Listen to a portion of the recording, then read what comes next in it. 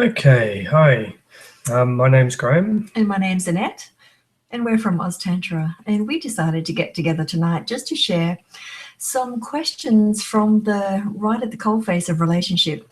A few days ago, we had what we call a date night, and a date night is an opportunity to do what therapists often recommend, is to actually get together and spend some quality time together, just getting to know each other and reconnecting, finding your way back to maybe being sensual, maybe being sexual, but also just being connected and sharing the love with each other. And out of that, we asked couples what are some of their burning questions that they would like to submit to us. We invited them to do it anonymously, and we thought maybe this might be the best way of answering those questions. So, And some of the questions that the men asked were, what does it mean to be a real man? What is a masculine man? Why do I like sex? Why is sex so important to me? And lasting, how do I last longer? How do I make myself be a better lover for my partner? How do I stop premature ejaculation?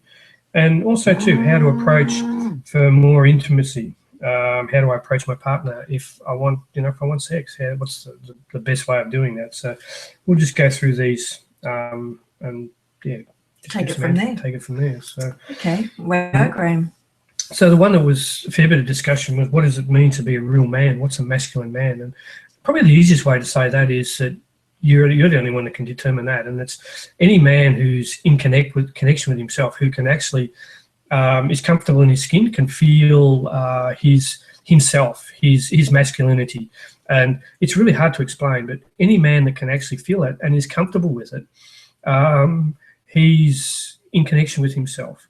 And he's in his own skin. He's not being somebody else. He's not being living his life the way that other people want him to do. He's comfortable with who he is. Especially his woman. Yeah, he likes who he is. He likes how he is, and he's okay with that.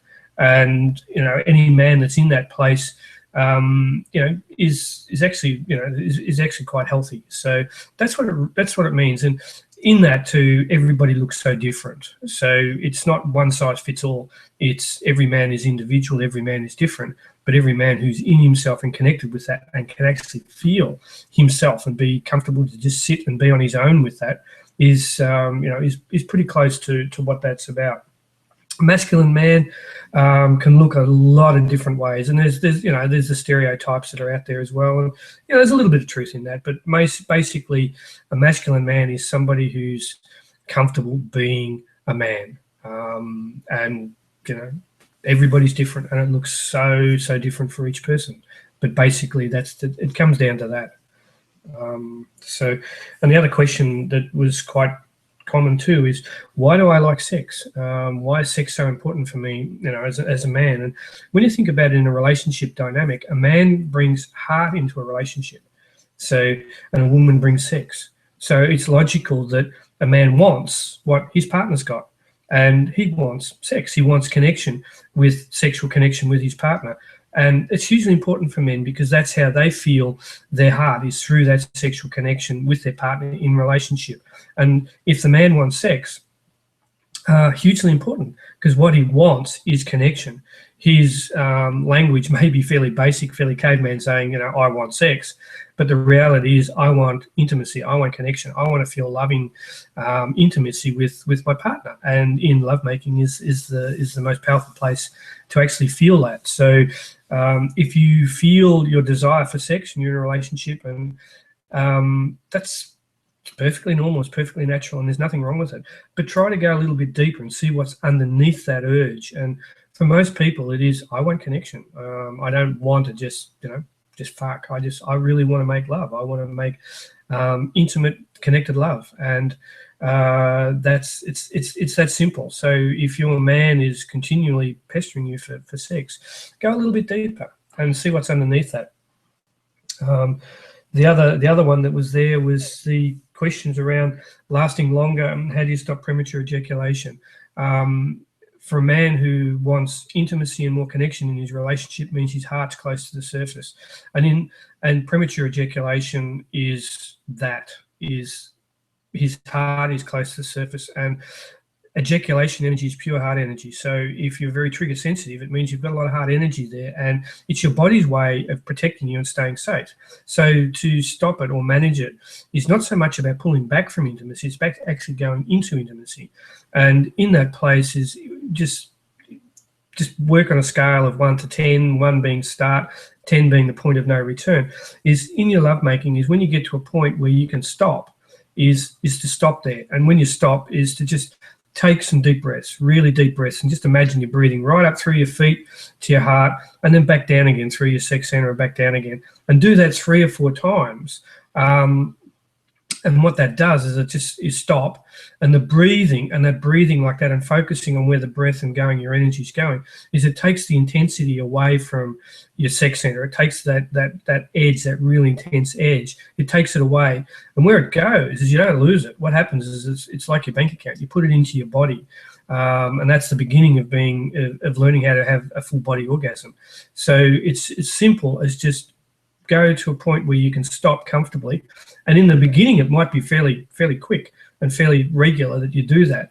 But with practice and learning to relax as you're breathing, relaxing your sex center, don't sort of clench it up really tight, but just learn to open and relax as you're breathing.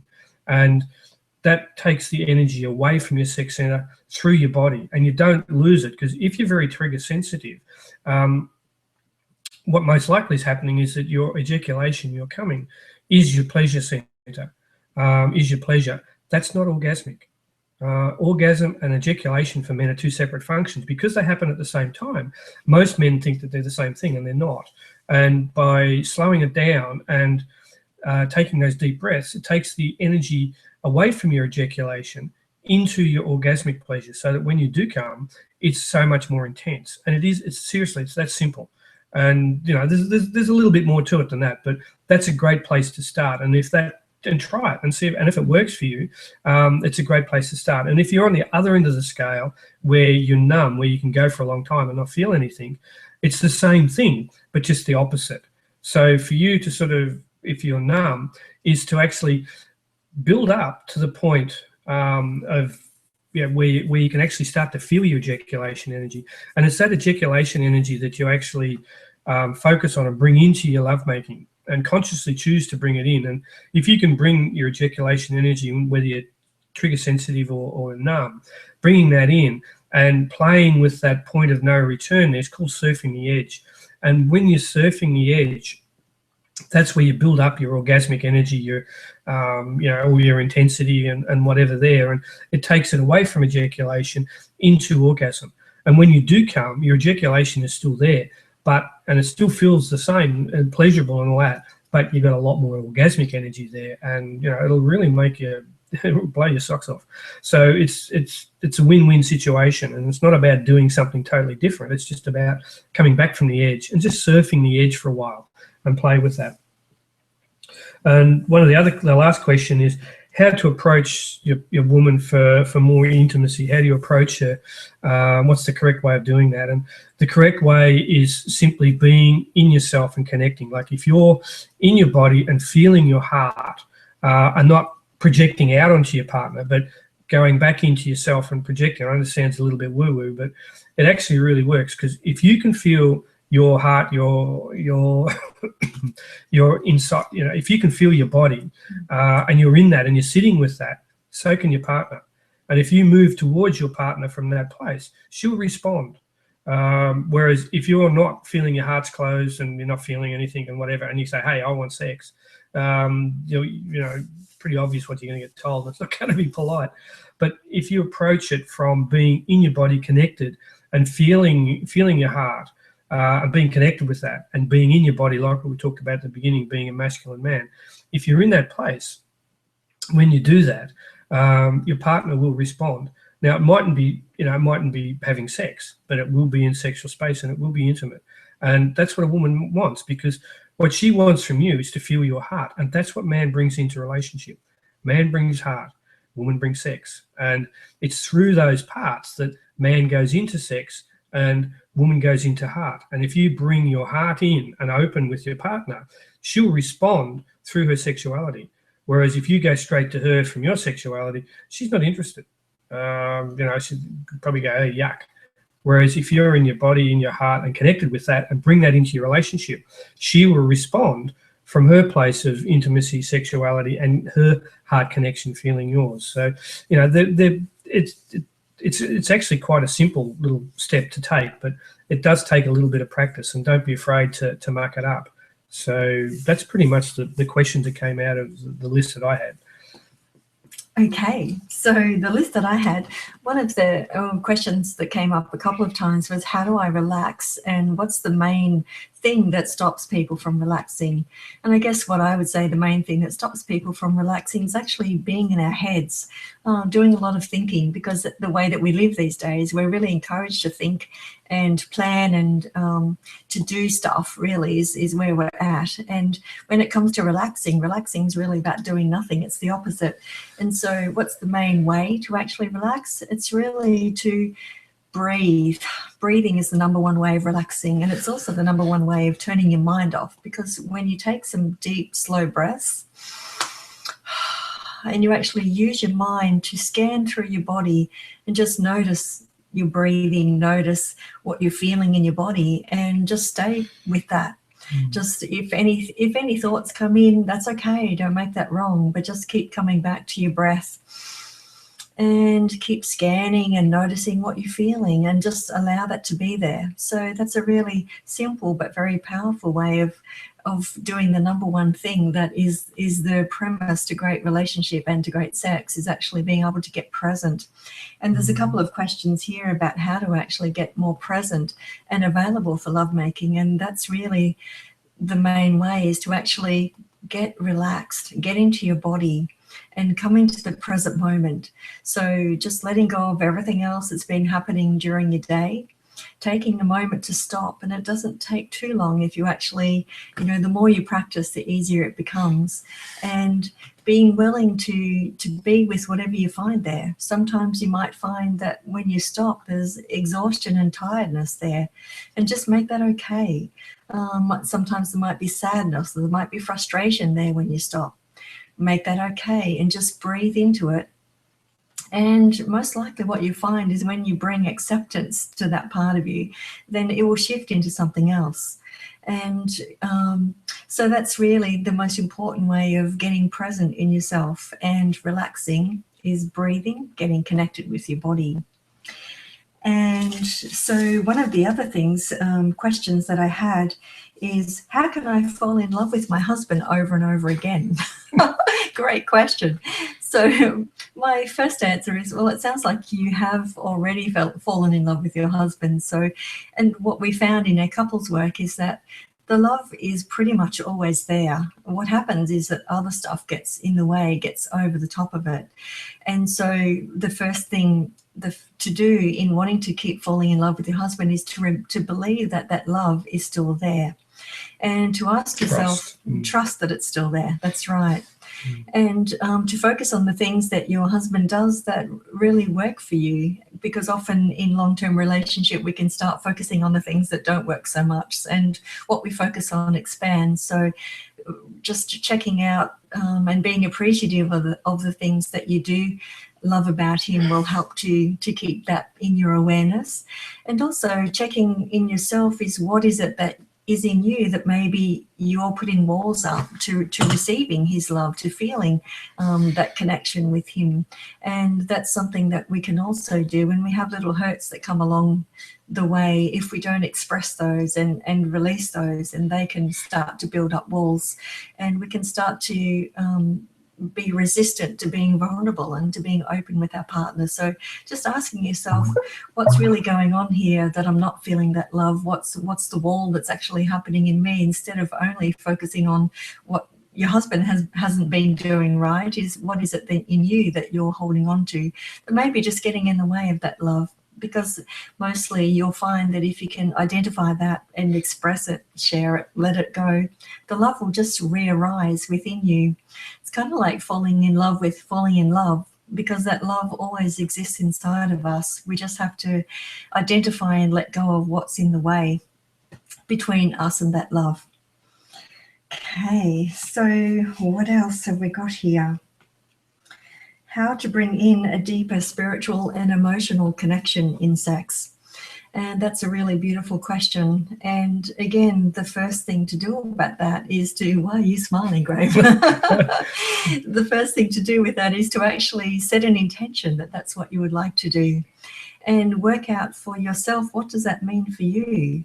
And talk about it with your partner. And what it means for me really is to not try and make sex into any kind of a performance, but to actually make sex or lovemaking a place where I connect first with myself. So do that breathing, relaxing and connecting with myself, and then allowing myself to express whatever's there in that lovemaking experience. So it's not trying to make it look a certain way. It's not like trying to perform like a porn star, or it's not even trying to be spiritual, because that's trying to be something that we're not, because we are naturally spiritual, emotional, loving, sexual beings. So just giving ourselves permission to be who we are and to express that.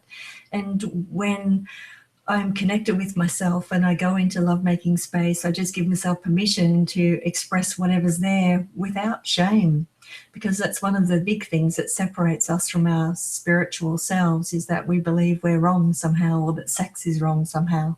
So making sex into a celebration of ourselves, and instead of just using sex to generate orgasm, genital orgasm, is to do lots of breathing and to breathe that sexual energy up to our hearts or up to our third eyes, all the way through our body, because that turns our sex energy into spiritual energy, because it turns into something that nurtures us, instead of something that we just kind of generate down here in a dark, dirty little corner and release.